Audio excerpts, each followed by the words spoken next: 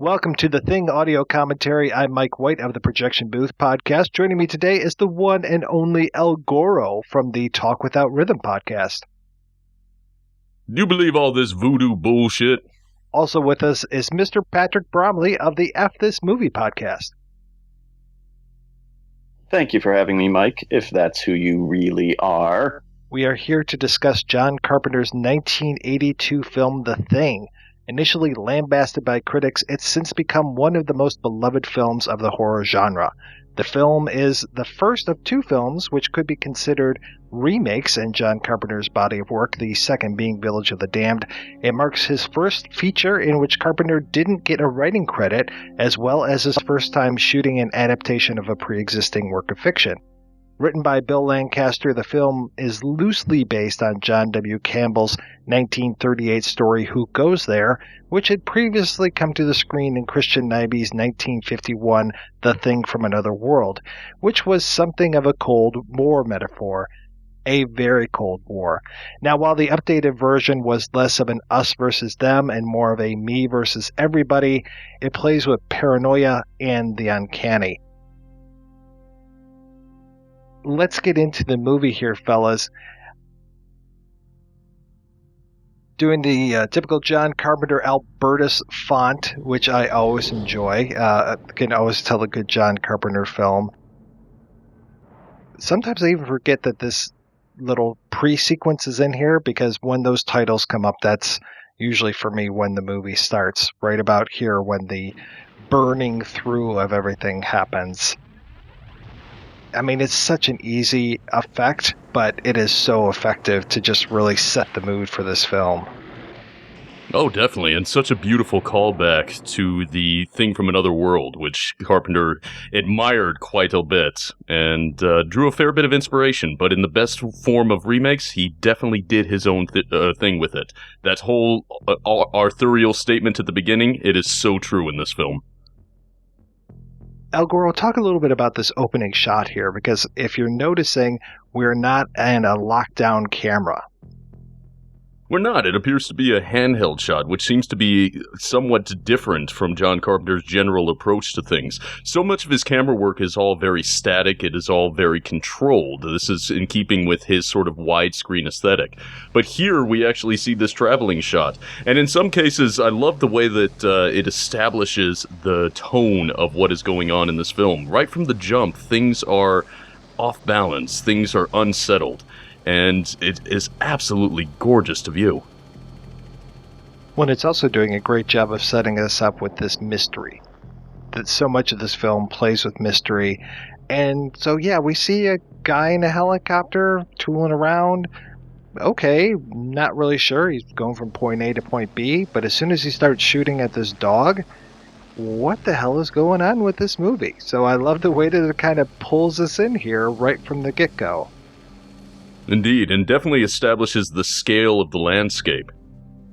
That helicopter is just a tiny little speck, so too is that dog, yet the consequences of what is going to transpire in this environment could essentially affect the world.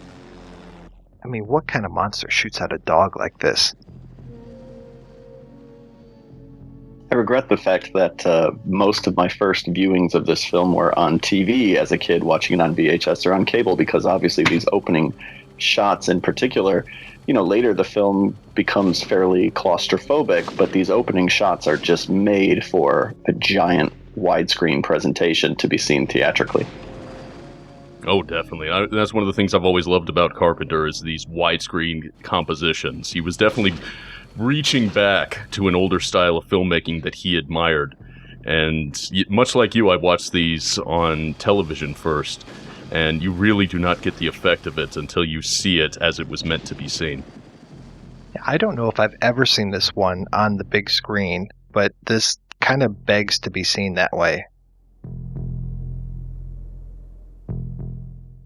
Here we have the sign of the outpost, though it doesn't say Outpost 31. I always wonder how people have come about calling this Outpost 31, which we'll probably call this throughout the entire commentary. If I remember correctly, they may announce it on the radio at one point. J&B. the sign of a good Euro crime thriller here. My goodness. Jallow as hell up in here. And here we have the first and only female character in the entire cast, voiced by... Adrian Bare Boobs. That's what my mother used to call her, believe it or not. There you go. You can't blame Mike. It's Mike's mom. It was a fucked up childhood.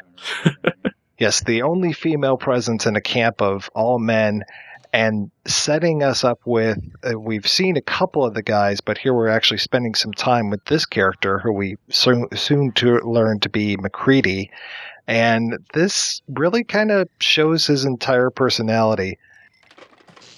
He's trying to outwit something, and when he can't do it, he just burns that fucker down. Did you notice that when the sole female presence in the camp full of men is destroyed, that's when everything turns to hell? I'm sure somebody could make a theory about that. There goes one of those think piece going up online right now. And you talked about that wide vista, and I think we all know here what a huge fan of Westerns John Carpenter is, and this can be set up as kind of like a white Western, taking place someplace where I don't generally see Westerns. I know that there have been things where it was like Keoma. Obviously, The Hateful Eight will take a lot from this, but didn't tend to see a lot of wintry Westerns, but I would consider this a Western, and here we have kind of the bad people rolling into town. Mm-hmm. McCabe and Mrs. Miller is a great winter Western as well. Oh yeah. Though I don't think this film draws much inspiration from that. Thankfully, there's not quite as much overlapping dialogue. I always found that to be very annoying. Well, the end of McCabe and Mrs. Miller is kind of similar to the end of this film. I suppose. The winter wins. We just wait here with my J&B bottle. Now that I think that's what would make Warren Beatty a lot happier is if he had some J&B in that film. Most likely, yes. I'm in such bad shape that I actually get tired of watching this dog run.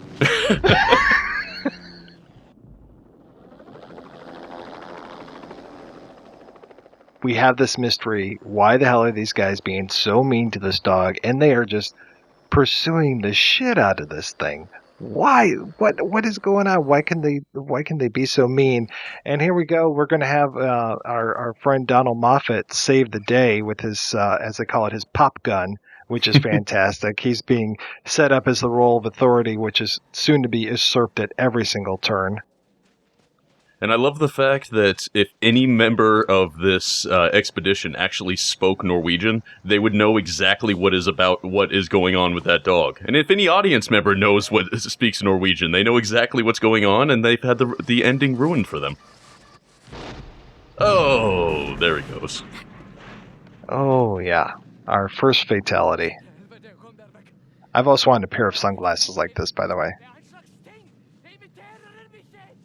This is a movie that would kind of set a trend, because later on, John Carpenter would do another movie with Kurt Russell featuring another guy wearing glasses very similar to that. Big Trouble in Little China.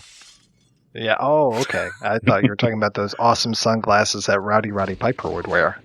No, those would be... They Live would be a much different movie if he was rocking those old-style snow glare glasses. So yeah, the only guy that could save them is now dead. So thank you very much, Donald Moffat. I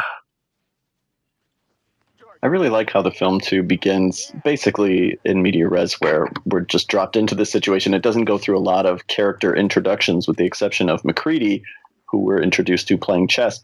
Everybody else is sort of introduced all at once in the midst of all of this action, and it's only throughout the film that we begin to understand their dynamics and who they are.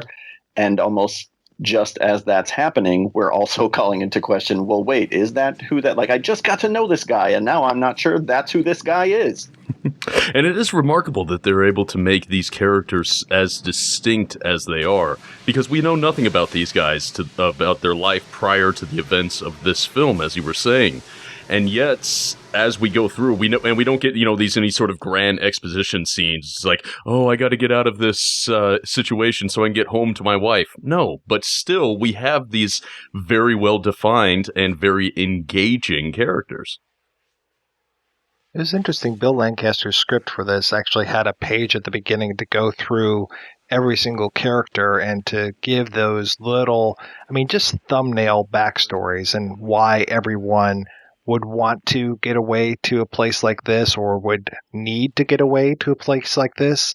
And that's when we would learn more about Mac's backstory and that he was a pilot in Vietnam, kind of burned out, and ended up coming down here to Antarctica and just to get away from the world and kind of get his head put back on straight.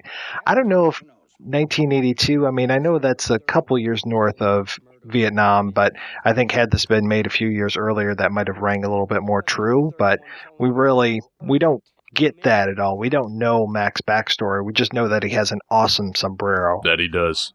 Though I wonder if in the background bios they make mention of Richard Dysart's really incongruous nose ring. Can I tell you something? It blew my mind because, again, I grew up watching this on VHS. I didn't, until I bought this movie on Blu-ray the first time it was issued on Blu-ray, I never knew that he had a nose ring, and my mind was blown. I was like, 1080p reveals all the secrets. Well, 1080p, imagine the 4K release. Cheap plug. Anyway. Right through the eyeball. We're going to talk about, the importance of seeing, being seen, understanding what we're seeing, shooting that guy through the eyeball. Yeah, we're telegraphing some good film theory right there. I have to admit that when I watched this film last, I had to go through and actually look up the word Buana, which some of these characters use quite a bit. Our African-American characters usually call the white guys Buana, and I really didn't know what it meant, so I had to go back to that. And then it's funny, speaking of Howard Hawks, which we haven't yet, but we know that John Carpenter was a huge Howard Hawks fan, Howard Hawks being the producer of The Thing from Another World. My wife loves the film Hatari, and they use Buana in that all the time. Red Buttons is always calling John Wayne Buana. Hey, thanks for thinking about it, though. The only thing I know it from is DC Comics, Buana Beast. With kerosene, I count 15 cans. McCready, Mac, get your gear on. Such great beards in this movie.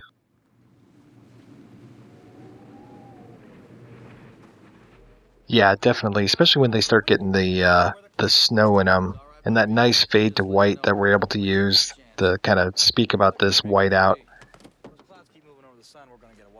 I only knew, is it Dysart who's the doctor here? Yes.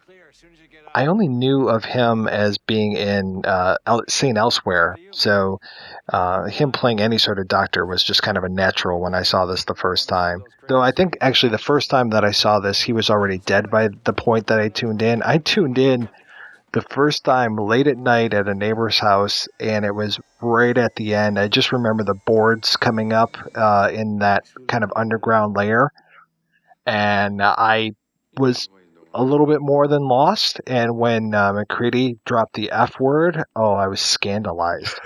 See, I first saw it edited for television. I remember finding it in the TV guide when I was all about 11 or 12, and being very excited because I was a Marvel comic books fan. So it was like, they made a movie about The Thing? Ben Grimm?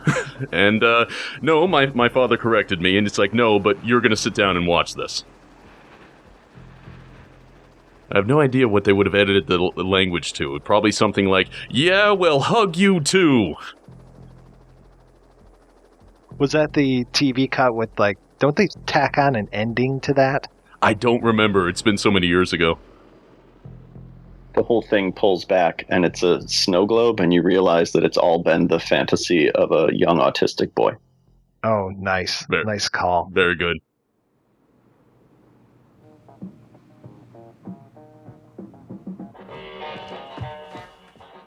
They're on their way to the Norwegian camp, which I think is probably one of the smartest things that they can do in the screenplay by showing us what we are going to experience. It's almost like a flashback because, as you said, they drop us in media res and they don't let us know anything that has happened. But by taking this trip to this frozen Norwegian camp, we get almost a snapshot of everything that has taken place. And in fact, we have video evidence and we get to explore that as we go along. And luckily, it's not one of those things like, the last Star Trek movie where it's like, oh yeah, we have this video, but we won't watch it all the way to the end until near the end and then find out, how the mystery is solved. But that we actually get them looking at this stuff pretty early on, trying to figure things out. But unfortunately, to your point, they can't read Norwegian, so tough luck. Those shots that we just saw are so great. It's just an empty frame, sort of the empty barracks, and we're not quite sure whose point of view we're getting. And then, of course, it's revealed to be the dog and, telling us immediately that something's wrong. And then it has that amazing punctuation with the shadow as the dog enters the room. I think we're all in agreement. This is one of the best horror films ever made. And I love how much Carpenter kind of stripped down the original screenplay. Even, you were saying earlier about the characters that they had small descriptions, and Carpenter just ditched all that. The less we know, the better. The leaner this thing is, the more effective it is. And of course, here's the sombrero. So I will stop talking. Well, I think that really lends towards the iconic status that this film has achieved. I mean, this is a movie that just does not age. It is just as effective in 1982, it's just as effective today. And so much of it has to do with the fact that things were stripped down. Things were reduced to their archetypical necessity. And it's absolutely beautiful. This movie had a lot of stuff stacked against it. It opened, right after E.T. came out? It opened, didn't you say it opened the same day as Blade Runner? Yeah, they came out the same day. That's nuts. Two towering classics of their respective genres released on the same day, both of which essentially bombed at the box office. This movie was released in the dead of summer, and I just had this thing, man, where if a movie comes out that's set in the winter, open it in the winter time. You don't open up Die Hard in June. You got to set it near Christmas because that's when the movie is. And this coming out in the middle of summer just doesn't make sense because this is the movie that I put in that first goddamn week of winter. And just, it snows coming down in Michigan. Let's put on the thing. Let's enjoy this.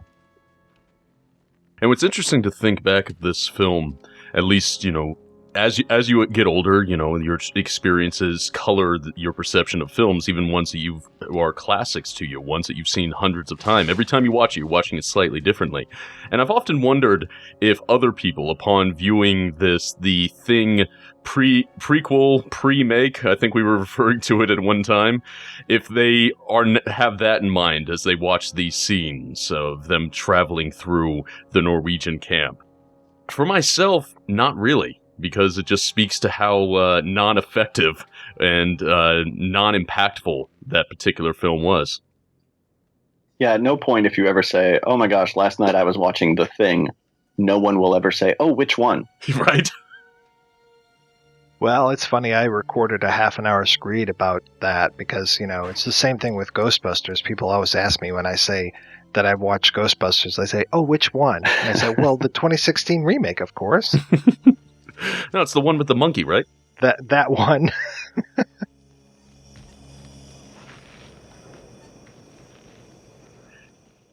But again, part of the beauty of this scene is the audience having to fill in the blanks on what happened, being shown disturbing things like the frozen blood coming down from the wrist and not really understanding the context. And you feel the same unease that these characters feel and the same confusion that these characters feel. And by going in and filling in the blanks, it's so reminiscent for me of when Prometheus went to great lengths to explain the presence of the space jockey, which is such a striking and incredible image in the original Alien. And the less you know about which, the better. The more you fill it in, I think the more you rob it of its power.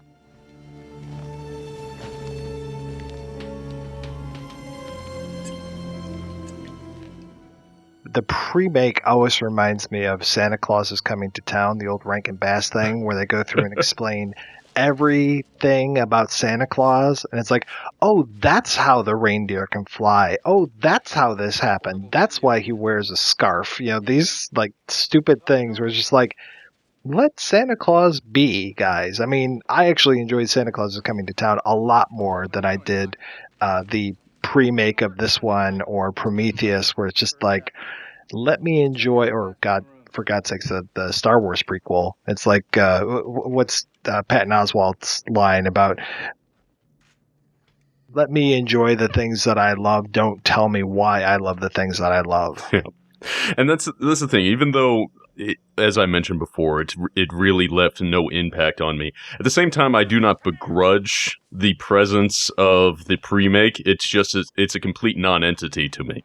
When they announced they were doing it, I was like, okay, cool. Maybe it'll be good. I left the theater thinking, well, that wasn't great. It wasn't terrible. I've definitely seen worse. But no, it has completely unaffected the enjoyment of this original film. It itself being a remake.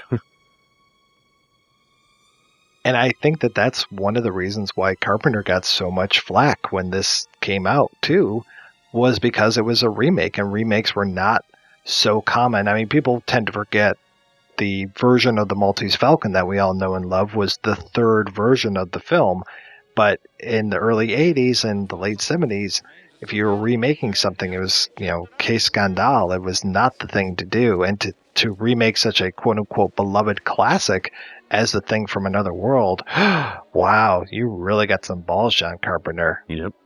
Plus, he remakes it in such a visceral and intense way. If you were someone who loved The Thing from Another World, you certainly were not loving it for its incredible gore effects and the disturbing images that were contained within it. It was just, it was this old 50s kind of sci-fi movie. And to see it remade like this, where it's really kind of splattery, I think it rocked a couple of people. And David Cronenberg would essentially do something very similar a few years later with The Fly, but I think movies like The Thing had already laid the groundwork. I think that makes a film like The Fly a little bit more palatable because people are now prepared for a completely different, much more modernized and much more intense take on something that was, more or less inoffensive. Though in defense of the original Thing from Another World, what it lacked for in visceral gore, it more than made up for irresponsible use of fire. Good Lord. Yeah, hold up this pillow. It'll protect you.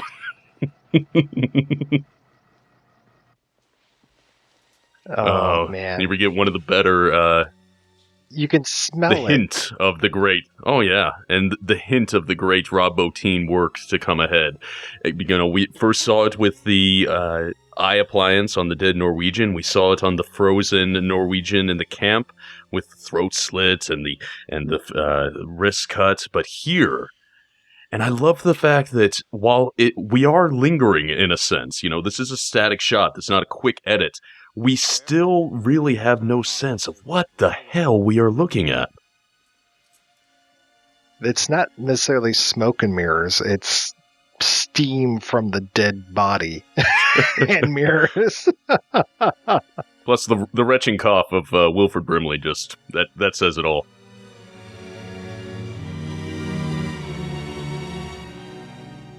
You said the word visceral, and that's what this is. Like I said, I can smell this. I feel what these guys are feeling, which is pretty remarkable for a film. There's usually not anything that is going to get me like this does.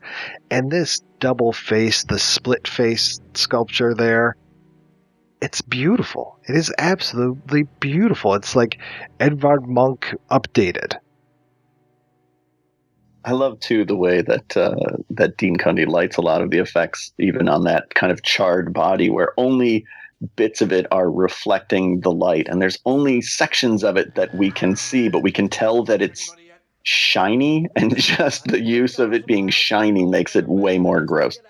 Oh, yeah. Dean Cundey is Everybody talks about John Carpenter's collaborations with Kurt Russell, and for good reason. They made a lot of really good films together. But to me, the hidden talent for most people behind John Carpenter, the unsung hero of him during this great period, was Dean Cundey and his amazing cinematography. He just had a way of lighting scenes that lent them such depth and such beauty that it's continually disappointing that nobody is shooting films like this anymore.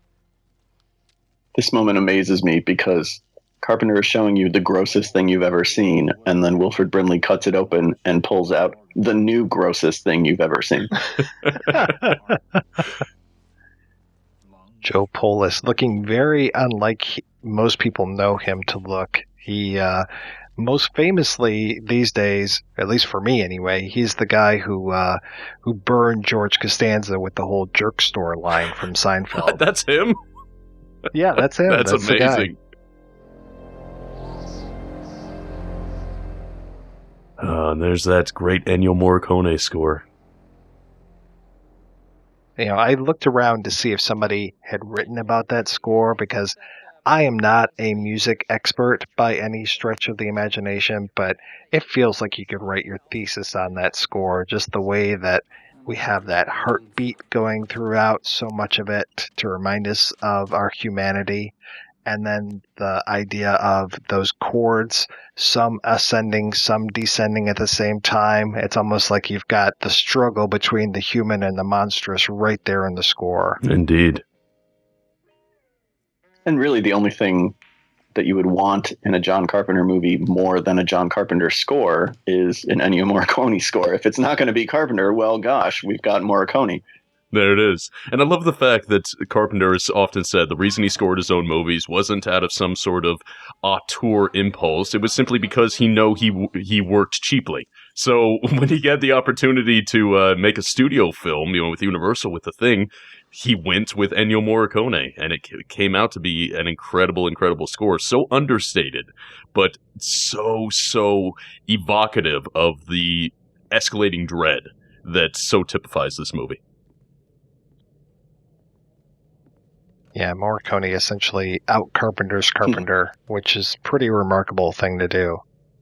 And now the scene that always freaks out my dog. Oh my god. Talk about the best dog acting here. Right? With the way that Jed just comes in and those pauses, the hesitation between them. So good. And Richard Mazer here just our red herring through so much of this film, and they've done such a good job even already setting him up as that red herring. Like the first time we see him alone coming out from the camp and the dog in the foreground and him in the background, it's already trying to set us on edge with his relationship with these dogs. He's cast so against type too, because I'm so used to seeing Richard Mazer play either a sweet guy or kind of a schlub, whether he's the dad in License to Drive or Stan Uris in the TV adaptation of It. And in this film, he is physically menacing of everyone in the camp. He seems to be, oh my God. I mean, he seems to be kind of the most imposing one, Mm-hmm. Well, I seem to remember him from a TV movie where he was a pedophile with, I can't remember the actress's name, but it was like one of those 80s movies, perhaps maybe even a made-for-TV movie, after-school special, where I think it was Fallen Angel, and he was just the biggest piece of shit. And so he's always been kind of creepy to me. Oh, God. The squirting. The squirting. Oh. I mean, what's that even doing? We don't want to know. And this is the whole thing. We're seeing what the thing has come in contact with, that it's trying to imitate these dogs and almost trying all these different forms out. Yep. And just cast your mind back to people who would have been watching this in 1982 in the theater, where there's no reveal of any sort of thing, no internet, and all of a sudden you just see something like that, with realized with a special effects touch that still holds up today. So imagine what it must have been like for 82 audiences. One of the few jump scares in this film, which, yes, we're talking about a horror film with just a handful of jump scares. I will come back to this often, but the sound effects in this movie are just one of my favorite things about it. The siren sound that is about to happen is just so memorable. And also the sound of the thing itself, that kind of cicada noise that it makes, especially during this transformation. And then, of course, Clark's incredible line of, I don't know what it is, but it's weird and pissed off.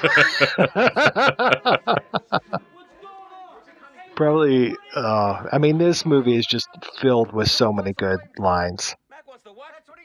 Is he not wearing underwear? Poor child has to take a break from smoking weed. Yep. No, maybe if he smoked a little bit more weed, he wouldn't be so high-strung throughout most of the movie. Maybe he would be made the leader. Could be. Yeah, we already have Mac taking charge here, coming forward with the shotgun. Though we don't necessarily know that we should be trusting this guy, but, I mean, he's Kurt Russell. Let's trust him. Yeah. Oh, man. Beauty. God damn, this stuff. In the flashlight, using the flashlight to light this thing? I mean, I'm sure it's not a real flashlight lighting it, but the idea of these flashlights going across this body, I mean, to see him in the foreground and in the background. Oh, man. Yeah, see, that's the shot that always gets me, because you just see the dog and... Yeah, and I mean, we know that it was just shot backwards and they pulled those tendrils away, but it is the most effective thing, man. Oh, that's the one that gets me, is that poor dog. And then, oh, man, poor Richard Mazer, poor Clark, defending his dogs. And again, it sort of foreshadows everything that is to come, because, I mean, there's so much bananas shit going on right now. It foreshadows what's to come in that, you know, what's better, to live as the Thing or to die as yourself? Yep. And that's ultimately the question that is raised by the end of the film, and that's sort of what happens in that moment with the dogs. Also establishes why Clark would have been so quick to try to stab MacReady with a scalpel later on. Still remembers what he did to his dog. Dogs, yeah. Oh, here we go with that cabbage from hell, they called it. You have to imagine when Rob Bottin was coming up with this stuff, and just free-form creation as far as the Thing. It's like, let's see how many cool stuff I can put into it. It doesn't have to make any sense, because this is a creature that defies all of our preconceptions on what anything should be, how parts should fit together, how it should look. And in that way, I think that the Thing stands as one of the better films to really capture the H.P. Lovecraft aesthetic. You know, when Lovecraft wrote about unknowable things, and there's always the challenge for filmmakers to try to realize that sort of concept. And I think The Thing, appropriately enough, comes very, very close. And then, of course, you have the illusions or the connections between this and H.P. Lovecraft's At the Mountains of Madness. Which, if anybody hasn't read that, you really should. It's free. It's on the internet.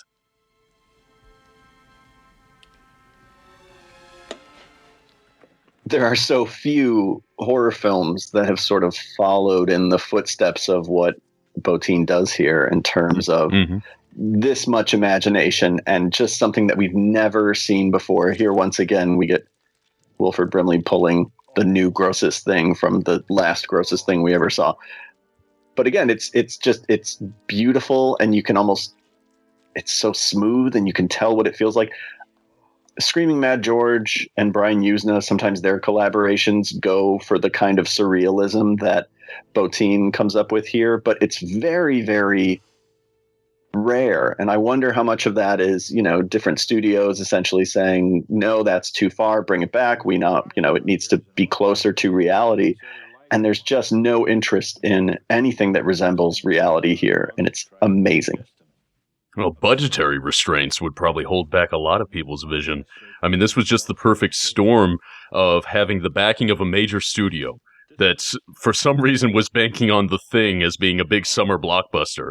And so they threw a ton of money at this up-and-coming director who had, established himself very, very well as a moneymaker within the independent realm. And we also had Carpenter's complete trust in Rob Bottin and what he could do. So you had a lot of money and a director that was willing to let the special effects man take his time. And one of the best special effects artists working in this era or almost any other era. Well, another advantage that Time had for this movie was that Carpenter pretty much rethought it at one point. He got to a point where he was able to watch the original, the rough cut of it, and said a lot of this stuff doesn't work. So he went back in and chopped out a ton of stuff, added a whole lot of new things, and kind of reshaped this in the editing room. Right around that moment when Blair was looking at the creature between when it fades to black and then when it comes back and he's pointing at things with that pencil eraser, I think that's probably around where the scene would have been, where they actually went out into the cold and were tracking down those dogs that we saw escape. So, and there was a whole big scene about that where we go out into the ice. We have one of the guys being pulled under the ice, coming back up, and he's probably a thing, but we're not 100%. And it almost would have been like the beginning of Jaws, it sounded like, from the script description, where he was being pulled around like half above, half below the ice. Pretty much just didn't work. So I was kind of glad they got rid of that. And by doing that, we keep these guys in camp, or at least we keep them in camp together.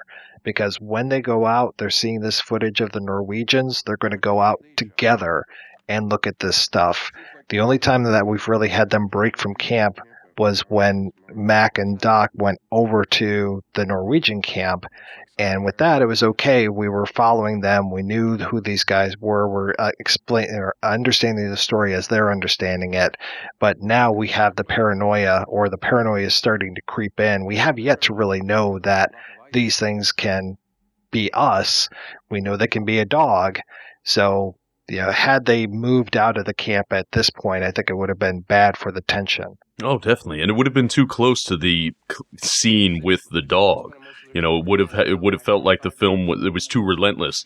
The great strength of this film is that it allows the tension to build up, and it actually delivers. This is a film that has these great set pieces, but it is the connective tissue between them that gives it weight and really helps cement it as being as effective as it is.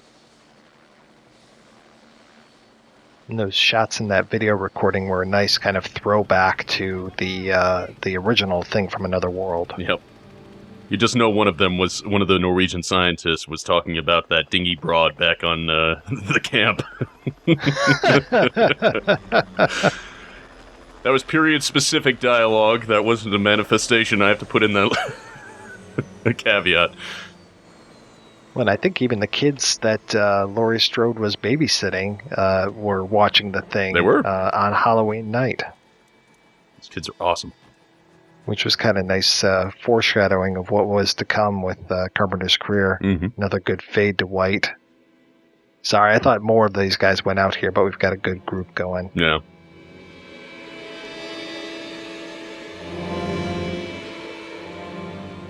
Damn effective stuff, Very much so.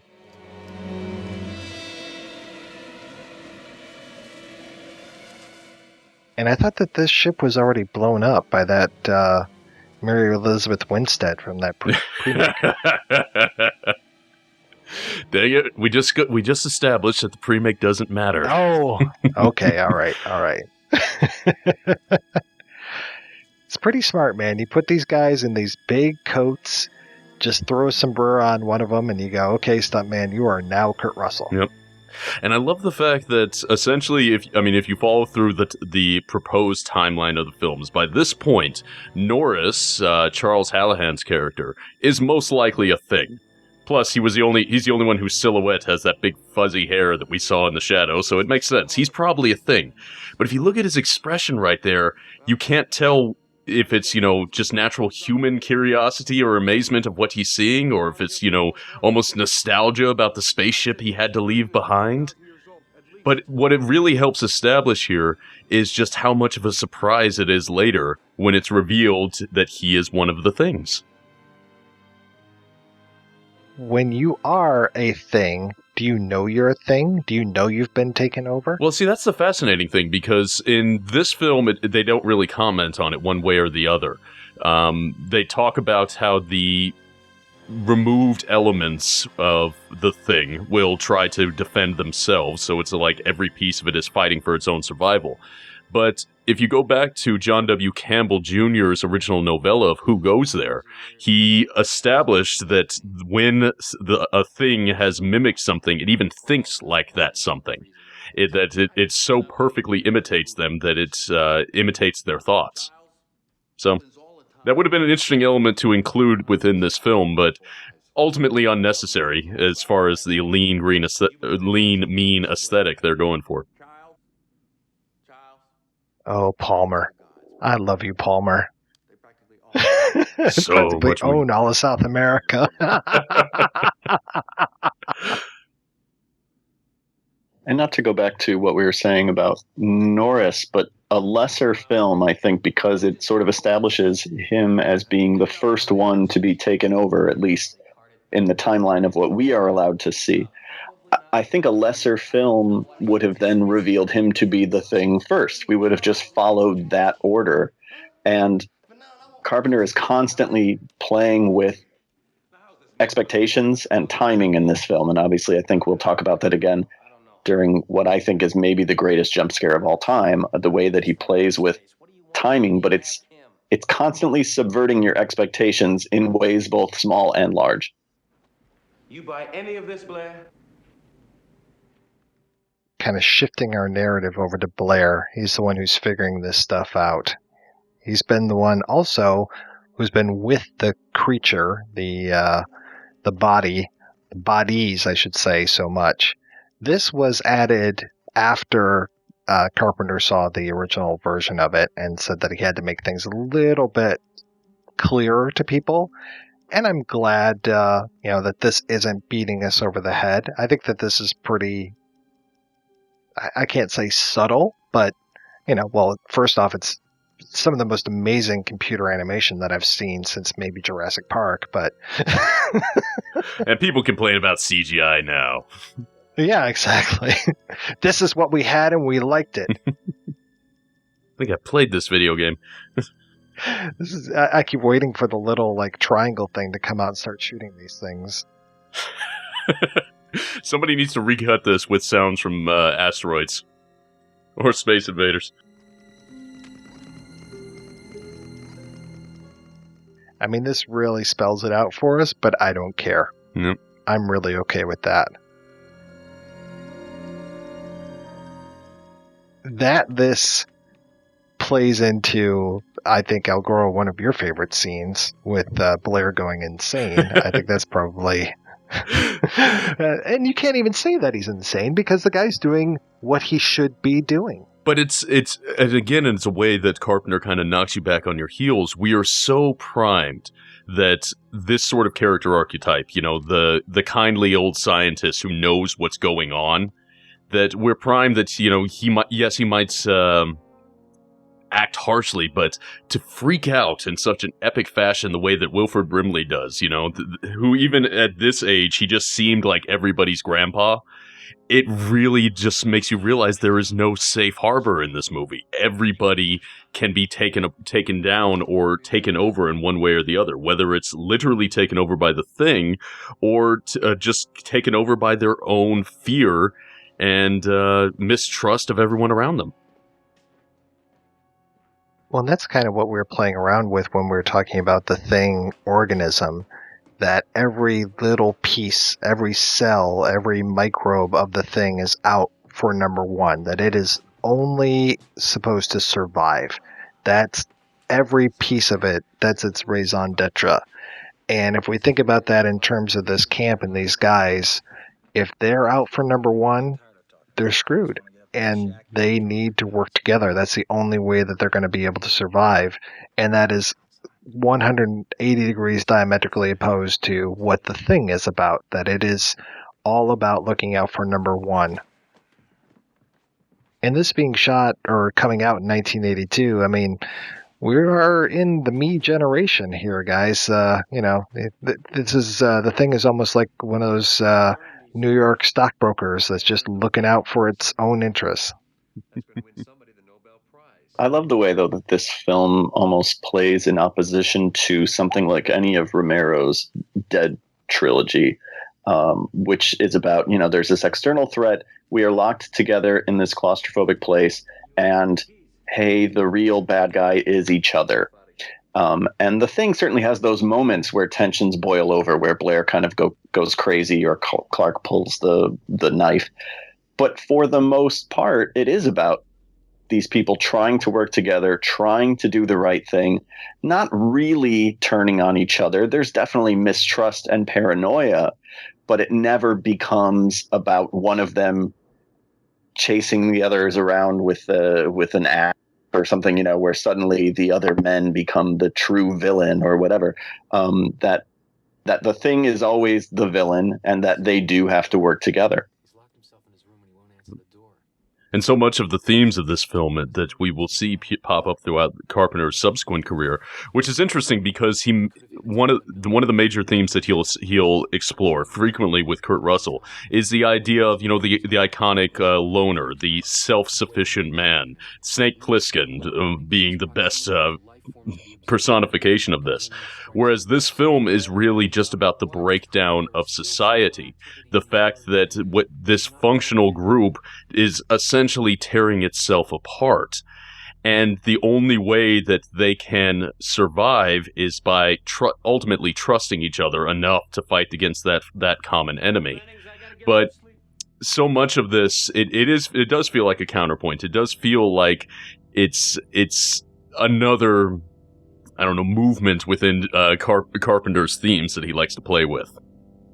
And that's a theme that comes up again and again in his work, because he has a number of films that are sort of about sowing the seeds of mistrust and, as you said, society breaking down, whether it's They Live or Prince of Darkness, films that are about evil hiding in plain sight and not knowing if your fellow man can be trusted, and essentially as a metaphor for all of society kind of breaking down. And how do we combat that? And ultimately, most of his films land on, well, we can't.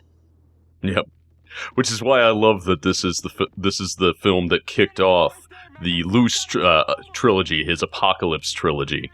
And I love how the scale of that apocalypse just keeps on growing throughout all of these. We have an apocalypse in microcosm in The Thing. We see the threat expand out further when we get into Prince of Darkness, but we get the sense, it's contained, until it's revealed that no, it's just delayed. And then finally it ends up in The Mouth of Madness, where the world ends, essentially. One of the best sound effects ever. Oh, yeah. This is so effective. Anybody else think that this was a nod towards Kaufman's version of Invasion of the Body Snatchers? It sure seems like it. There are definite themes going on throughout this whole thing of Invasion of the Body Snatchers. But yeah, I know what you mean as far as that last shot with Donald Sutherland. Mm-hmm.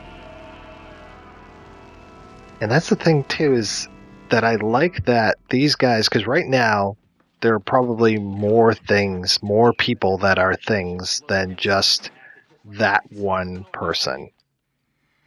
They're not working together. Again, talking about that individuality. They don't work together like the creatures from Invasion of the Body Snatchers. They're not going out and putting pods in the baby's room together. They just are looking out for number one. And I think they probably could have done even more damage had they actually worked together. Yep. part of a team.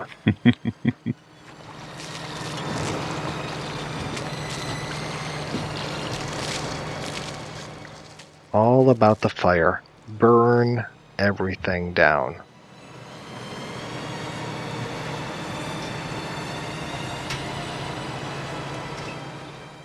And it's to the strength of this movie that we never once questioned why an Antarctic research station would have a flamethrower.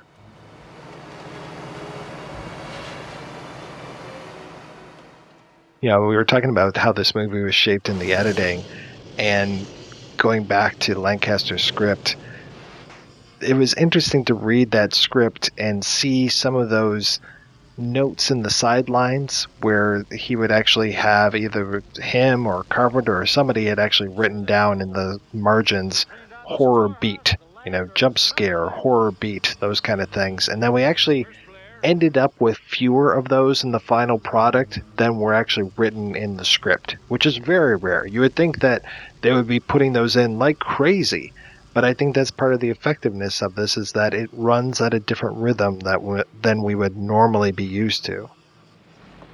It's such a confident film, and that speaks to Carpenter really knowing exactly what he wants, even as he's discovering it. In the editing, he has a sense of what works and what doesn't in terms of what his vision is for the film. And all of his best films have that kind of confidence. That's such a big part of why I respond to him, is he's not going to go for a cheap beat because, hey, it's been 5 minutes since our last scare. He's going to make you wait for it. But as you had said, it's worth it. The payoff will always be worth it.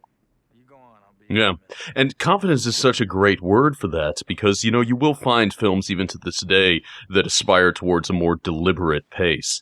And all too often, especially when you're dealing with independent films that are, because of course, mainstream horror films are meant to be vehicles for the jump scare all too often. But when we're in the independent realm and you have a filmmaker that decides to make a slower paced film, the worst thing that can happen with so many of them is that it just feels like they are plotting around, that they are bullshitting the audience, that they have no intent other than deliberately trying to slow things down, that we don't feel like they're delivering to us anything to us. With this film, while comparatively, especially compared to modern horror films, it is much more deliberately paced, but at no point do we feel like it's just spinning its wheels.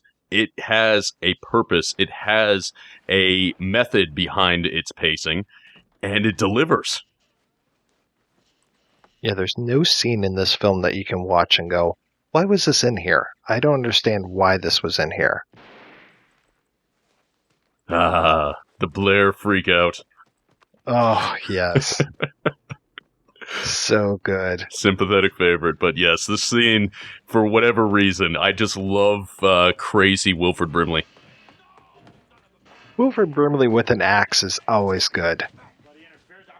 And the gun, oh yeah, like where he's kind of throwing the bullets out. Yep. But again, for as crazy as he is, and for as dangerous as he is in this moment, he's right. Oh yeah. Oh yeah. Without question. He's the insane voice of reason. Which makes his final transformation into the Thing all the more impactful. Because eventually we learned that he was right with all of this stuff. Maybe not doing it the most political, but young Keith David. Oh, yeah. For all we know, though, Wilford Brimley, by destroying the helicopter, by destroying the communications, saved the world. It's entirely possible, yeah. And that's one nice thing, too, that we don't have in this movie, is we don't have the idea of there being other camps that are right around the corner. There are some... We have to assume that with the Norwegians being out there, that there have to be other camps, but it's not like, oh, well, we'll go over and see the Swedes or something. So I'm glad that they really kind of keep it very contained here at this camp. And now we have one of my favorite lines. Here it comes. I love it! I'll kill you. Oh, there we go. And Just throw the fucking gun. Throw the gun. Lord love you, Brimley.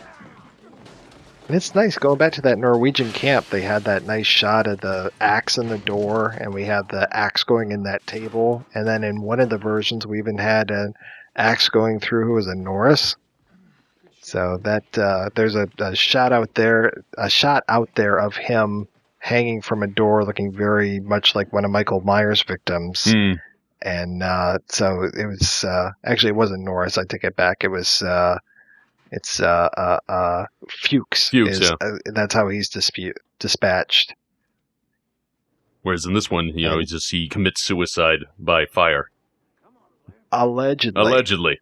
But I do agree with their reasoning for removing that, because once you introduce the Thing killing him with an axe, it sort of cheapens the monster a little bit, because it becomes like Michael Myers. It becomes like the slashers that were ascendant during this period. Whereas now with that scene removed, anytime the Thing attacks, it's attacking in a completely otherworldly way. It's pushing the hand inside somebody's mouth and stretching out their cheeks to incredible proportions. It's growing extra limbs and gaping maws out of the middle of a head. That's so much better than just killing somebody with an axe. And that axe was going through the door. He was hanging from the door to Child's grow house, which is another thing that was left on the cutting room floor, which kind of, again, takes us back to Invasion of the Body Snatchers territory, because all of those plants, both weed and vegetative, that Childs was taking care of, those could also be things. So I'm kind of glad they cut that part out, too. Mm-hmm. Oh, there was one of my favorite lines, that "Watch Clark." And actually, I should take back what I said. I said he's right about everything. He's wrong about Clark. He is wrong about Clark. That's true. That red herring. Everybody's thinking Clark, man. Yeah, we're completely cut off. All we can do now is... Guys, 5 guys standing around talking, but I'm still riveted. Right? Well, when you have 5 actors of this caliber there... So how do we know who's human? Blows my mind that if you look at the critical response to this film, particularly the negative critical response of the period, there were so many people that were saying that it was an empty film, that it was simply a vehicle for blood, guts, and gore. And yet, when we watch it back, you run into that experience of, did we watch the same movie? Because yes, the gore sequences, such as they are, they're more aptly referred to as, transformation sequences. They are tremendous, and they are very impactful, but they make up so very little of the actual runtime of the movie. Most of the movie is just an ensemble piece. It is a group of actors getting together and having great, compelling scenes with each other. So it blows my mind that they were saying that, this was a shallowly constructed film, that this was a film devoid of characterization, because I see a hell of a lot in this movie. Well, when I talked to Thomas Waits and Keith David and Joe Polis, they recounted how they got together so many weeks, or I think it was at least 2 weeks before filming commenced, and they worked together on this in a room. And it was all of these guys together in a room, working out who their characters were, working out themselves, trying these lines out. And they said, that Carpenter was pretty adamant about a lot of lines, but when they came up with something better, he gave them the leeway. So this was rehearsed like it was going to be a play. So we have these guys actually having this chemistry, which I think is a fantastic thing. So you feel like these guys have been stationed in Antarctica together for a while. It's not like, anybody's the new guy at the camp. And I'm kind of appreciative of that too, that we don't have the new guy at camp that then we can have exposition for. The way that you talked about how this picks up from just in the middle of a situation. that's great. We don't have that guy who's like, oh, well, this is R.J. McCready. He's one of the best bush pilots around. And this over here is Knowles. He makes a great gumbo. Any of that kind of horse shit. No, His gumbo is good though. Let's be honest. Yeah. As long as people keep their filthy drawers out of his kitchen. As I said, though, this is just a classical male ensemble piece. 12 angry men and one pissed off thing. Well, and again, that's Carpenter, paying tribute to Howard Hawks and groups of men having to work together. I have to speculate that a big part of the critical response and part of why they responded with this idea that it's just this series of, gore sequences strung together is, as you said, there's not that many of them, but because they are so transcendent and so special that they end up sticking in people's minds the way that, the Texas Chainsaw Massacre, you're positive that it's the most violent movie you've ever seen, even though there's very little on-screen violence. You're positive that this is just wall-to-wall gore, even though it's a handful of scenes spread out, but because it's done so well, it lingers in your brain in such a way and it permeates the entire film. And I don't want to say it's a generational thing because I'm positive that there were critics of the time who enjoyed the film. But just think about, if we had adult critics in 1982 who were sort of rejecting the film for unsettling them, upsetting them in a way that they weren't ready for. Think about how many people like ourselves who this movie turned into horror fans, that being exposed to this movie unlocked something in our brains and made us into horror fans for life. Yep. Not so fast, Childs. Nobody trusts you. I like that it's Clark that steps up. The one person that so many people don't trust. Though I love just how Keith David just steps in. It's like, I'll do it. And this being one of those great moments of what Carpenter did so well in his career of just having African American characters in there and not calling attention to it, but by having them in the movie, much like you talked about Romero and his Dead films, much like Night of the Living Dead, you got a black guy in here. It makes all the difference, and we're not going to make him some sort of shucking and jiving character. We're not going to have, him and Knowles, to start doing soul slaps or any of this kind of stuff. Just another dude. And he's a dude in a horrible situation. And, I appreciate so much that Childs is one of the guys that sticks around in this. And all the way from the beginning of Carpenter's career. I mean, Assault on Precinct 13, having one of the major characters be a black guy, having Keith David in They Live as another fantastic mark. He's just, Carpenter knew how to cast folks, and it was fantastic. Let's not forget Ice Cube in Ghosts of Mars. Duh. Hell yes. Or maybe we should forget Maybe that. we should. I think Carpenter's instincts were going a little strange on that one. I still say you switch around Ice Cube and Jason Statham's character, and that movie becomes much more watchable. That's what it was supposed to be. Really? Carpenter wanted Statham as Desolation Williams? I can't remember. Something like that. And I think the studio wanted someone bigger. And so they went with Ice Cube, and Statham had to take kind of a supporting role. But I'm in agreement that part should have been Statham. Which is funny, because Cube's really short. Oh, wah, wah. See, that's actually something, kind of going back in the film, that it's interesting because, so much of this film fits together, and it fits together elegantly. One thing that's never really established is who did get to the blood. That's true. There's a nice video out there that talks about that as far as there's a moment where you can hear Windows keys drop. And there's this whole thing about who had access to this, to the blood, and who's got the keys, who doesn't have the keys. And if you go back, when he's shocked at one point, you hear the keys drop. And it's very, very subtle. So subtle that most people don't realize it. It really took for somebody else to point it out to me. before I actually. So is that a real thing, or is it? You can't it's a see real his thing. breath at the end of the movie, which is bullshit if you actually watch it. No, it's funny because the same guy who did that Keys video was the same guy who's also like, oh yeah, for sure, Childs is a thing because you can't see his breath. So, but one is really true, and the other one's very There you go. bullshit. And at the end of the day, it really doesn't matter because the only way you even notice that whole subplot wasn't resolved is when you've watched it as many times as we have, and we still continue to watch it so many times. Now here's Look at that empty frame. I was gonna say that empty frame. It always suggests to me. And I love Carpenter's restraint in it because we see the empty frame, we expect something to go across there. So he deliberately set up that shot in order to draw our eye, in order to make us concerned, and then never pays it off. And there was an echo to it. Oh, yeah.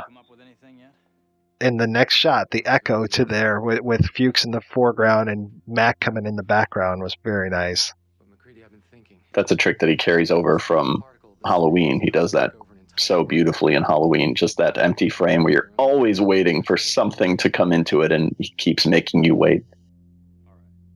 I love that scene too that we just saw with MacReady talking into the tape recorder, because it's such a vulnerable moment for him in a movie that doesn't really take time for that kind of vulnerability. Because these are all sort of alpha males who are not shown to be vulnerable, but also because who's got time for that? They constantly have to figure out, what are we going to do? How are we going to survive? Who's who? What's what? But that it does take that moment for him. And I could go on and on, obviously, about Kurt Russell all day. I'm not alone in naming Kurt Russell as really my favorite actor, because he's just a guy who can do all of it. But I love him in this film, and it's such an understated performance. But again, it harkens back to a certain kind of Gary Cooper by way of 70s Warren Oates almost. I mean, it's, in a film of really masculine characters, he sort of is still the alpha. I just think he's so strong in this movie. Yeah, and I love that he allows himself a moment of vulnerability, and then rewinds the tape and records over it. Also, he has the best head of hair in Hollywood. Oh, he does. Look at that. Oh, yeah. As a bald man, I just envy his hair. As a man with hair, I envy his hair. Thankfully, I got Childs for the bald representation there, so I'll take that. I ain't going with I ain't going with him, man. So now we've got our three quote-unquote suspects all tied up, and we've got this whole blood plasma thing that they're doing is very much at the heart of Who Goes There, this whole blood plasma thing and them injecting into this dog. And I mean, people call Who Goes There a short story. It's not a short story. It's a pretty long story. It's a novella, I would say. And it's also very interesting, too. There's a great interpretation of that whole story in terms of the magnetism, and that we are at the South Pole, and that very much the polarity of these things. God, I love that shot. I love that ominous noose. I'm all better now. This is my favorite Wilford Brimley scene. Yeah, wait a minute, man. Come on.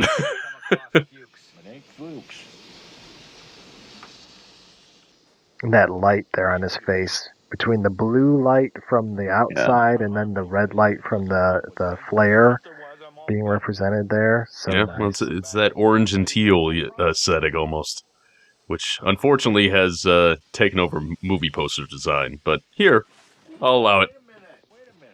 And as a lifelong Brian De Palma fan, I just love how everything is in focus in that shot. Yep. Well, yeah, that earlier shot I was talking about with Fuchs in the foreground and MacReady in the background, I think that was a split diopter. But yeah, talking about the magnetism and then looking at some of the names of the characters and the way that the characters are described by Campbell, It's really kind of a neat thing that we've got, Copper is one of the characters. They are always describing McCready. McCready, who's like a rock god. He's like Buckaroo Banzai in the story. Doc Savage, you know? Exactly. They just keep calling him Bronze. They use the word bronze to describe him probably at least 10 times. And of course, we know that bronze is not affected by magnetism, so he's one of the few that manages to kind of elude the thing. Yeah, it's a curious little novella, especially since I read it so long after seeing the film, and just going back and rereading it, it's just like, wow, this is just it's so much of it is present, and then it just goes in some very strange directions. One thing that I thought was interesting is that they almost made the thing seem sympathetic as the scientists were chopping it down, describing the scientists descending upon it with axes. There were, 37 guys at camp? Something like that, yeah. These 12 guys? Yeah. That was nuts. Well, but it makes more sense if you think about it being, a research station. They would probably have a decent amount of people there, and it's harder to pull off in this kind of film, though. But as it is now, it's definitely much more of a Agatha Christie 10 Little Indians thing. Who's going to go next? But it's amazing to me because, we're well over an hour into the film, and at this point we've really only lost 2 characters. Traditional horror movie structure, slasher movie structure is like every 10 or 15 minutes you knock another one off. The movie is very patient in terms of how it does that. We've only lost 2 so far, and yet I never feel like there's a big rush to the climax. It's not the kind of movie where Carpenter is like, oh my gosh, there's only 20 minutes left, I better kill everyone. It feels organic the way things play out. It never feels rushed, even as things are quickly spiraling out of control. Yeah, and it mirrors that thing we brought up earlier about the dissolution of society. The fact that so often within any community there can be all of these insidious things that are underneath the surface, but as soon as they're revealed, very, very quickly things can turn to hell. So, and that's exactly what happens here. And even as there are these signs that this thing is bad and it's going to get worse, there's still this belief amongst everybody that they have control of the situation, which is an illusion. On the tow line on the way back, I cut him loose. McCready? Again, now we are really turning the heat onto this idea that McCready is one of the things. And especially since the next time we see him, by virtue of the cold, he looks unhuman. And just the way his eyes are lit and the manic way that he's talking to people. That right there, that's such a horror shot. I mean, really, as they've been going around and putting the boards up, I'm just like, this looks like they're preparing for the zombie battle at the end of any of the Living Dead movies. Or, you hammer up the board across the door and then you forget that it's a pull door. Clever girl. Supply window. All right. For a bunch of researchers stuck in the middle of Antarctica where they're being 100 below zero, they are pretty cavalier about breaking windows.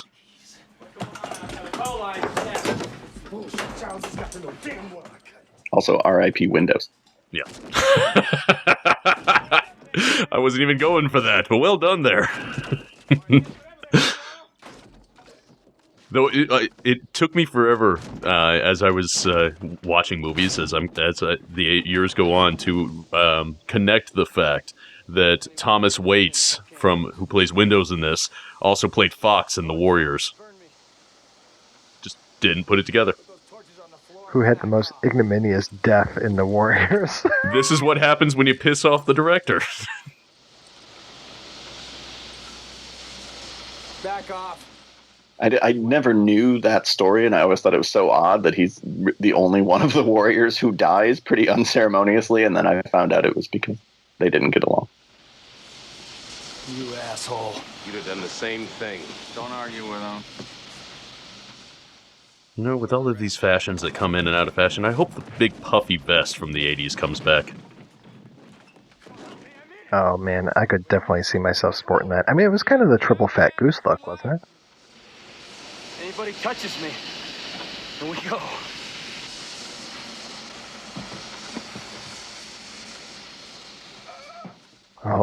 That's things are gonna Yep, get that's bad. dedication to a performance on behalf of the Thing right there. Not breathing. One to the dock. Well, yeah, that goes back to that whole question. Do you know? Can your body fail you as a thing? It's one of those like, should a thing even think about taking over somebody who's ill? Yeah. Right. If it replicates everything, is it also replicating your congenital heart defect? Yeah, conceivably, yes. I mean, and the only reason it's responding here is because it's viewing the defibrillators as an attack, and so parts of it are striking back at it. This is another one of those scenes that Carpenter is so brilliant about the way that he plays with the timing of the scare. Oh yeah, because it does not come when you expect it. And we get this Hitchcockian or even very Brian De Palma setup of the shot composition. You know, building the tension. Just that one right there. Oh, that foreground, yes, so nice. And the fact that he pays off the tension with something completely almost unrelated to what's escalating in the corner of the room is what's so great about it. It sets up this conflict between all the men and then says, nope, the real nightmare is right here. Oh, that scene always scared the hell out of me as a kid. What kind of maniac thinks that up, right? Who's the guy who says, and then when he puts the defibrillator down, the chest will open up and bite his fucking hands off? The same man who designs that thing? Probably the most iconic of each of the Thing's iterations, but just bananas. And then it just keeps going, which is so amazing to me that, you know, another horror film might have rested on that one amazing image, but Bottin says, no, his head is going to stretch off, grow spider legs, and walk away. So amazing. And that mouth just keeps going. I mean, God, mouths are so important to this movie when we think about all these screams and all these focusing in on mouths. And then this thing, holy tongue, wow. And that's what drives me crazy about this movie. So one of my coworkers, he's 20-something, and it's like, oh yeah, I'm going to be talking about The Thing. Oh, is that the movie with those bad special effects? Like, what is your problem, kid? Even if what you're used to is CG, I just don't think there's an effect in this movie that does not hold up. No. I mean, one could argue that, yes, you can clearly tell that that's a facsimile of a man's face, that, you know, there is that level of artificiality to it, but because so much else is inhuman about the whole experience, we buy it. Our mind allows for it. We accept the surrealism of what we're seeing. Even as dummy heads go, I think it's a really good dummy head. Oh yeah. The animatronics on it were incredible. Rob Bottin was 22 when he did the effects on this movie. There's that echoing shot. Oh man! And again, the noise. Oh, and the best line in the movie.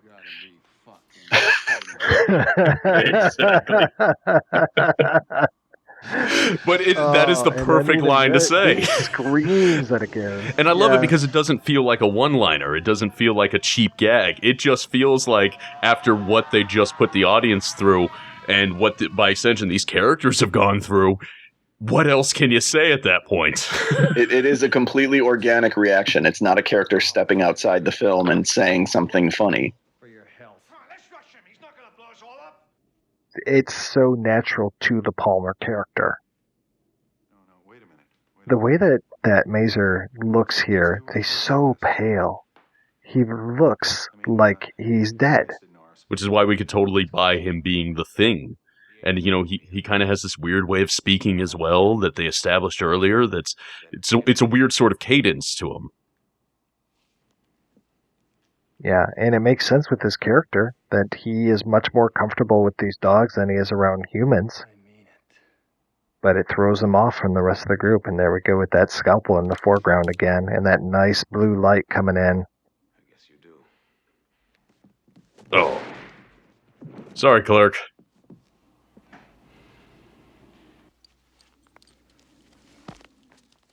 Right there on the pool table.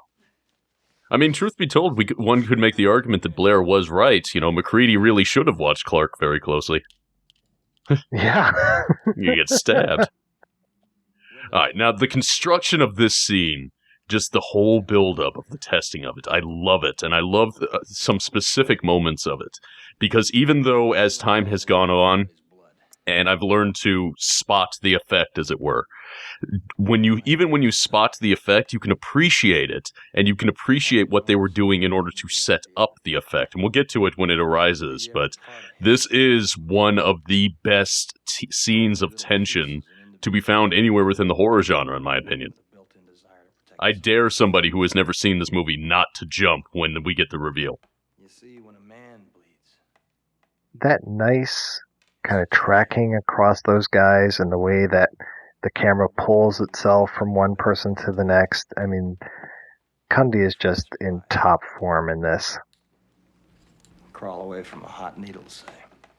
And you were talking about the highlights with these characters and the way that he will show some, oh man, that's one of those sympathetic pains. He'll show some people having an eye light, and there's one character who doesn't have an eye light. But you notice it's only in this scene that they kind of do the tip of the hat, you know, just because they're going to do a reveal later on. The whole eye light spots the thing. It's not present throughout the rest of the film, which is good. Yeah, it's very clean, the way that he just wiped the scalpel on his legs there. Nice snick that they got there.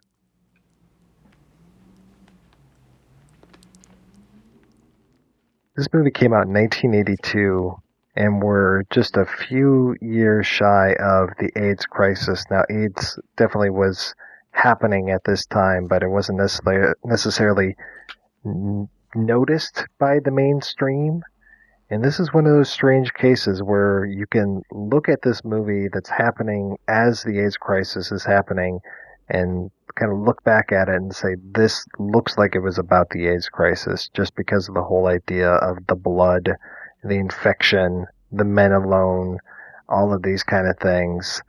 And it's an effective metaphor. I don't know if it was necessarily a conscious thing while they were doing it, but it really works out nicely. Oh, and that noise, again, talking about noises in this movie, the noise of even the noise of the flamethrower when it's on right now, the noise of the wire when it goes in there, and then the way that it scrapes along the bottom, like nails on a blackboard. Oh, it's so good. The film doesn't always get enough credit for its sound design, because there's so many other things you could point to as being brilliant. I feel like sometimes that doesn't get the credit it deserves, but it's amazing and subtle work.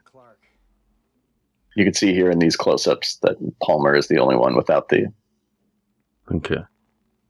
All right, so here's where we start establishing our first little bit of misdirection. You know, this is where MacReady starts picking it up. That's still his hand there. And then when he goes to test Clark, let's see where he's at. Well, we've also increase the pace of the cuts. We're really starting to pick it up here. There's the prosthetic hand. Fake hand. So they established the reality of that hand as being something you can trust. And so that's why it becomes great. That was something that Tom Savini always talked about if he was going to do an axe gag. See, Palmer has no eyelid. I love that look. If he was going to do an axe gag, he would always... I thought you'd feel that way, Gary. Oh, here we go. This noise. This is another noise. Boom. Jesus Christ. I genuinely believe, and I know a lot of people say Exorcist 3 has the best jump scare of all time. That's my favorite jump scare of all time. Again, it's entirely about timing. It is. And for the longest time, because there would be a fair bit of time between watching these movies, I would forget when it would occur. So it would be a reoccurring jump scare. I knew the jump was coming, but I always forgot when it was going to happen. the escalation of this creature too every time we cut away.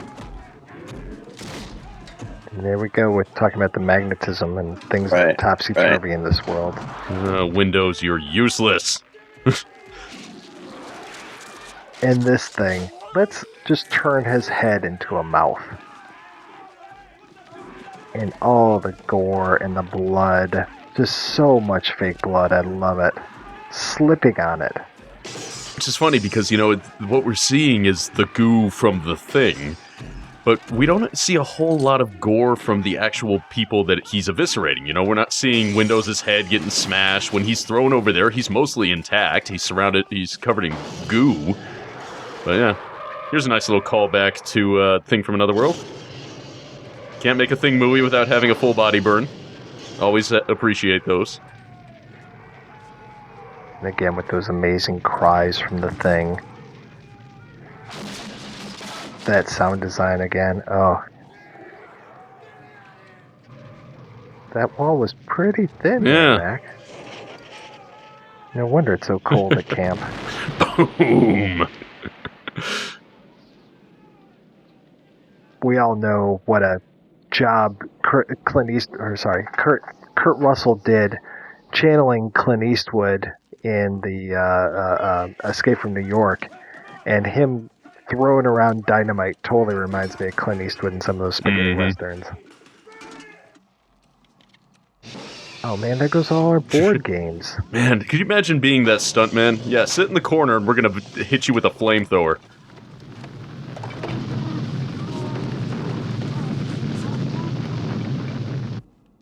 The only thing that would make this scene better is if they were just checking for fillings.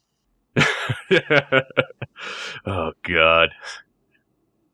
And that we have to go back to this. I mean, now it's like the tension is even more racketed up. Nothing's going to happen, but Jesus Christ, now we are just so on edge because we don't know what's going to happen with this. There are a few moments of tension relief. Palmer saying, "You got to be fucking kidding," or whatever. But the movie is largely humorless by design, and yet I like this sequence because I think the cuts are kind of funny. Each time we do that smash cut and there's someone else standing with McCready, it gets a laugh, that it does. And then Gary really kind of takes the piss out of the whole thing with with his little monologue here. And it's delivered so well.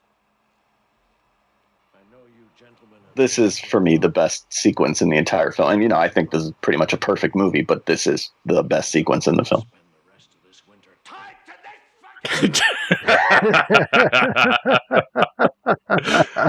Oh, man.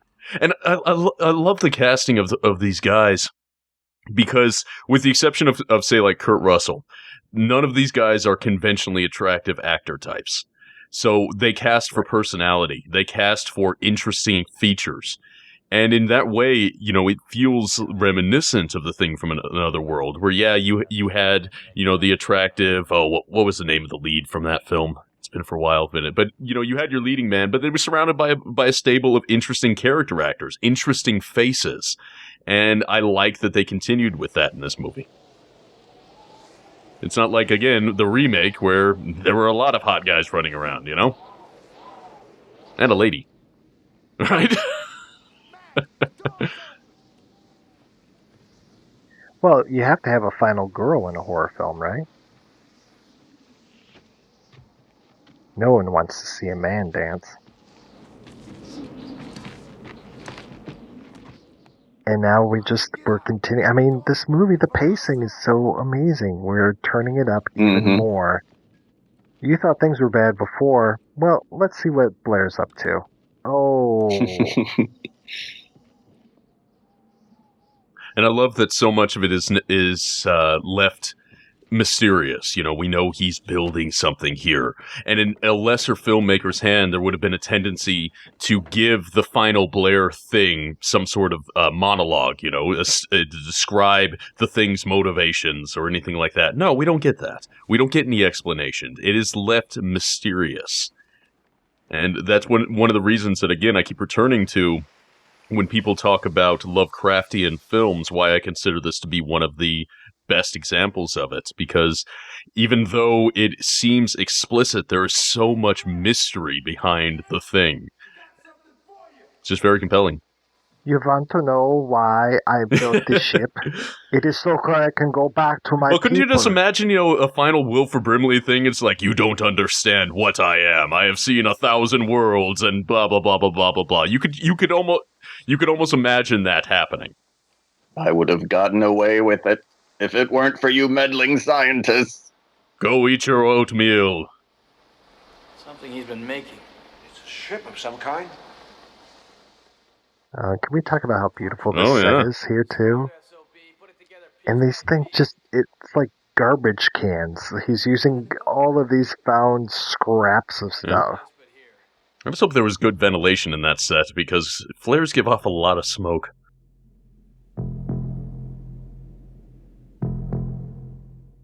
And this nice traveling camera. We don't know whose POV this is.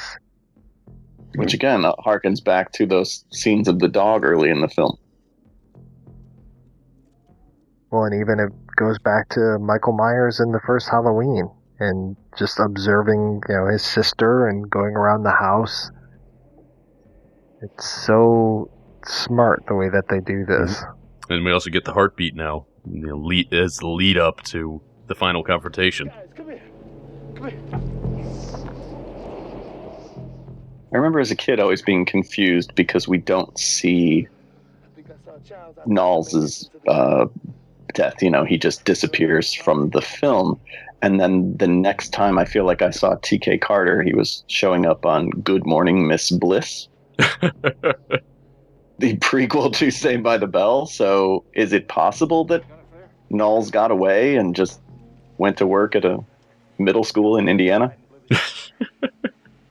I thought he went to work for Howard Hessman as a driver of a pimp in Chicago. Oh, yeah. No? Yeah, there you go. That's right. It takes me a minute to remember Dr. Detroit, doesn't it? We try to forget. I'm still upset that we never got the Wrath of Mom. What can we do? Whether we make it or not, we can't let the thing freeze again. And his eyes in that shot. Yeah, So striking. right? And the kind of desperation of realizing that this is our last stand. Mm-hmm. He goes out with a smile. Right. Essentially, everyone here is making the decision that we are going to die, and so our last act has to be to take that thing with us. Mm-hmm. Yeah. Have to keep some stuff up around here. And so one of the things is I've heard people describe this movie as fatalistic. But to me, you don't necessarily get that sense. Because yes, this is all these men that are going out to their deaths, but they're choosing to do so. They're choosing to die for a cause. Which is what... Yeah. Well, and it's like a gunslinger walking to his death in high noon, Right. It's Butch Cassidy and the Sundance Kid coming out and to all those men who are going to shoot him up.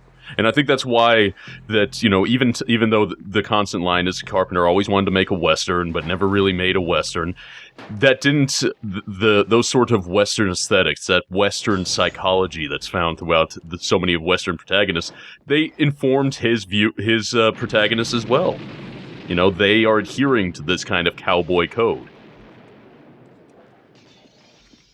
Right, and it really didn't take very much for this to be kind of pushed just a little bit more and made into the Hateful Eight. You got the Morricone score, you got Kurt Russell, you got the snowy setting, you have this whole idea of people aren't who they say they are. You have things under floorboards. Even the sequence where... I don't want to spoil anything about the Hateful Eight. There's a sequence in which Samuel Jackson and Walton Goggins have the other characters essentially tied up. I mean, it's a direct callback to the blood testing sequence.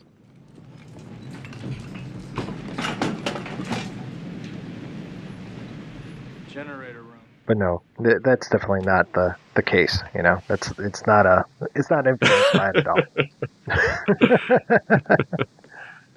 And then the final confrontation. Where do monsters live? They live in the basement.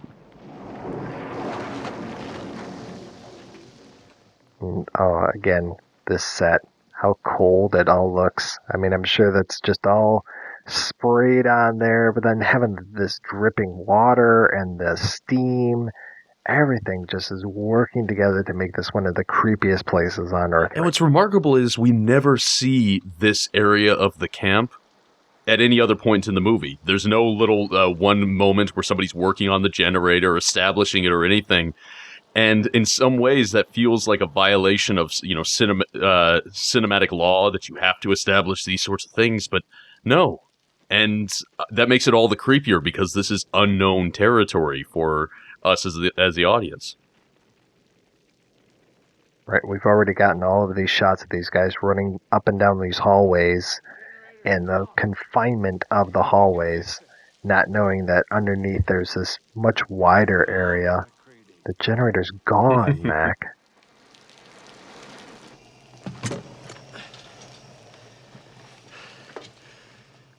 I never knew for the longest time that those machines you used to blow up TNT were actually real. I always thought they were just cartoons. They never seem to work. And it's kind of the same thing around here. Though you never saw the Roadrunner throw out a tendril and snake it away from the coyote. And that's a shame. An honest shame. Yeah. Yeah, I could see the Roadrunner being a thing. That'd be funnier if it ended up being Elmer Fudd in one of those.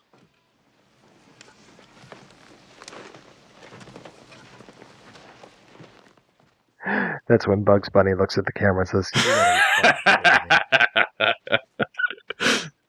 then he takes a bite on a carrot. Throws it and explodes. Right.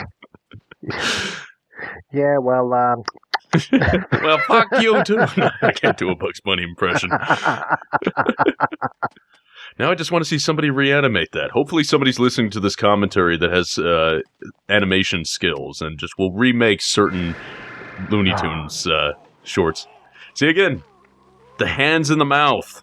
I mean, so much... Weirdest death. Yeah, and so much of the thing is about the violation of the body, and there's nothing more tangibly violating than the idea of somebody's unwanted fingers in your mouth.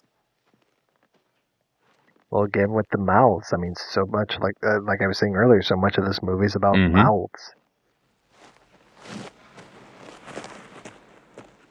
It's one of the few times in the film where we see the thing kill another character rather than attempt to assimilate it. We sort of saw that with Windows as well, but even Windows then was sort of being assimilated after. Yeah, in a fashion. Well, it's connecting to that thing corpse we saw earlier in the film, the merging of the heads. I kind of wonder when Blair became a thing, and there's that moment when McCready offers him a bottle, and I always wonder if he was a thing at that point, because I think that the real Blair wouldn't have taken a bottle from anybody. Maybe, but that followed the scene with him blowing up the radio, so I don't know. No, I'm talking about when he was in the when Mac came out to the shed.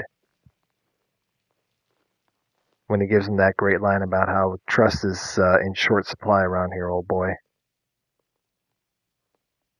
Yep, Knowles is just gone now. Which is even more effective. And that's one of those things that just drives the fanboys crazy. Doesn't matter.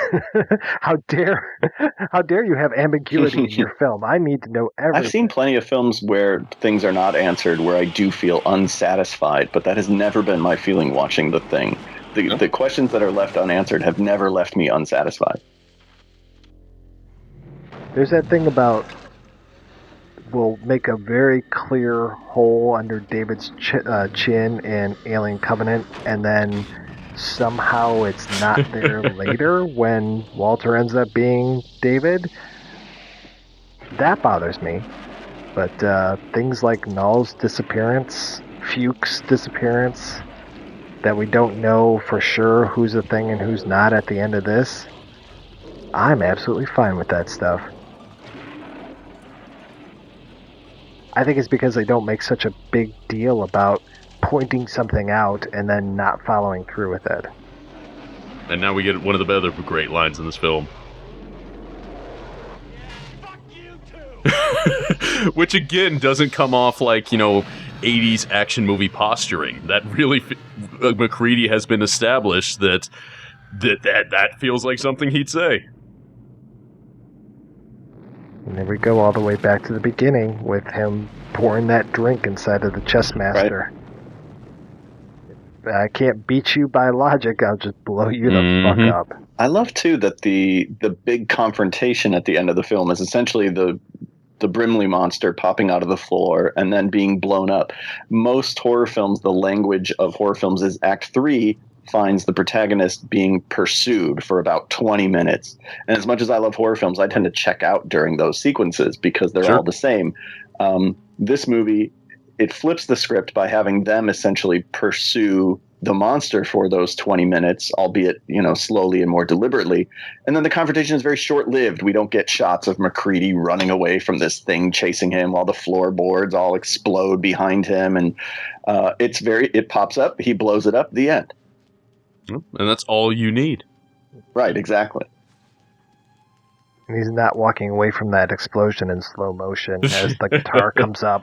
Wow! And there's not really And then we have that same empty frame being filled there. See? You can see his breath. And here we go. We're talking about that black and white of the chess game. Here we got our black character, our white character. Very much the same kind of colors to their outfits as well. And by the way, for all the people that were like, oh, MacReady handed him a bottle of gasoline, and that's how he knew that he was the thing. If you notice, before Child showed up, MacReady was about to drink out of that self-same bottle. So unless he's planning on drinking gasoline, this is all a good way of saying is, I love this ending. I love the ambiguity of the ending. And any attempts by certain people to make a definitive answer of, who was the thing, did they survive?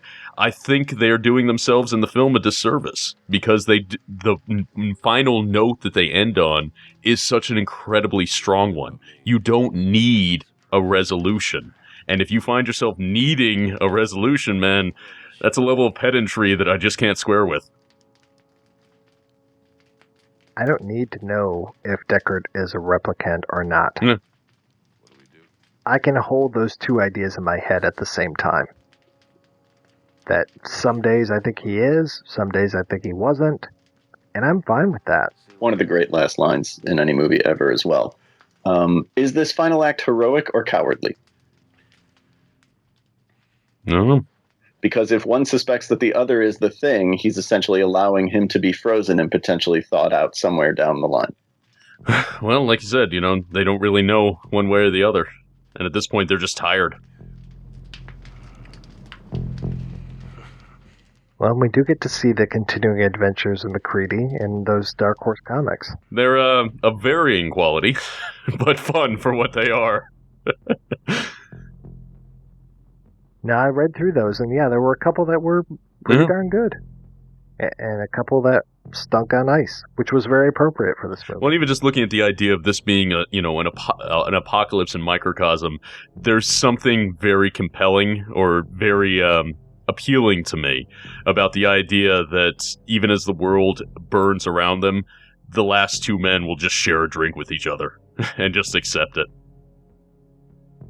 As much as I don't want to forgive audiences for sleeping on this movie in 1982 or not quite coming around to it, I mean, watching that last shot again right now, I can sort of empathize with them, because if you just went into this movie in the summer of 1982 expecting this fun horror film, and it ends with your two main characters voluntarily freezing to death while the world burns around them, cut to black, Morricone's score, certainly it spun people's heads around.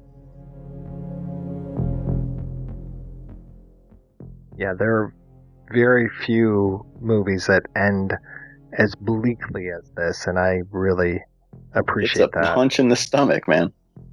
Yeah.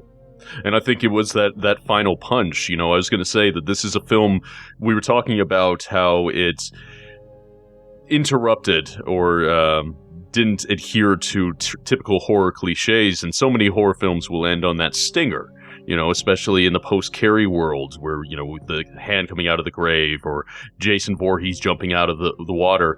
There's a stinger in this movie, but it's not a jump scare. It's an emotional, philosophical stinger where you realize, oh, they're not getting out of this. Yeah, this movie was almost too smart for its own good. A movie with some of the most incredible gore effects ever was too smart for its own good. It's interesting because in films like this that Carpenter would follow up, whether it's Prince of Darkness or They Live, he does end with a more traditional stinger, whether it's the jump scare in Prince of Darkness or the sort of what's wrong baby comedic beat of They Live, whereas this one is willing to almost peter out in a way, and I don't say that as a pejorative, I mean it as a compliment. It's like the last gasp of these characters that you know is going to come. It's the last gasp of the film before it fades to black. And these days, right around here in the credits, we would have the "Here's the next day at camp." Oh God, I hate those. It would be a research team showing up, finding a Kurt Russell shaped ice cube and a Keith David shaped ice cube, but not an ice cube shaped ice cube, and saying, all right, let's get them back to camp and thaw them out. And then we would say, oh, one of them's the thing. They're going to thaw out the thing. And I would not love this movie as much as I do. Exactly. But at the end of the day, we talked about the 1982 audiences. We talked about the 1982 critics. At the end of the day, the only true critic that matters is time. And while John Carpenter was not enriched by this movie, much to his continued chagrin, we as horror fans were endlessly enriched by this film, and this film has certainly stood the test of time. I mean, hell, we're sitting here talking about it for posterity as it is. It's an amazing, amazing movie, and it more than earns all of its accolades, as well as my own personal distinction is it being one of the best horror films ever made. Well said. Elgora, where can people go to hear more of your adult? You can find me on the Talk Without Rhythm podcast. The website is tworpodcast.blogspot.com, or you can just do a search for Talk Without Rhythm. It's a weekly movie discussion podcast, and yeah, I talk about movies and stuff. Not very eloquently, but, I'll take it. And how about you, Patrick? I host the F This Movie podcast, which you can find at fthismovie.com, which is also a fully functioning film website that of which I'm the editor-in-chief, and I write a lot of stuff over there, so that's fthismovie.com. And if folks want to hear more of my pedantic, unscripted nonsense, just come on over to projection-booth.com, and you'll hear a whole lot more of it.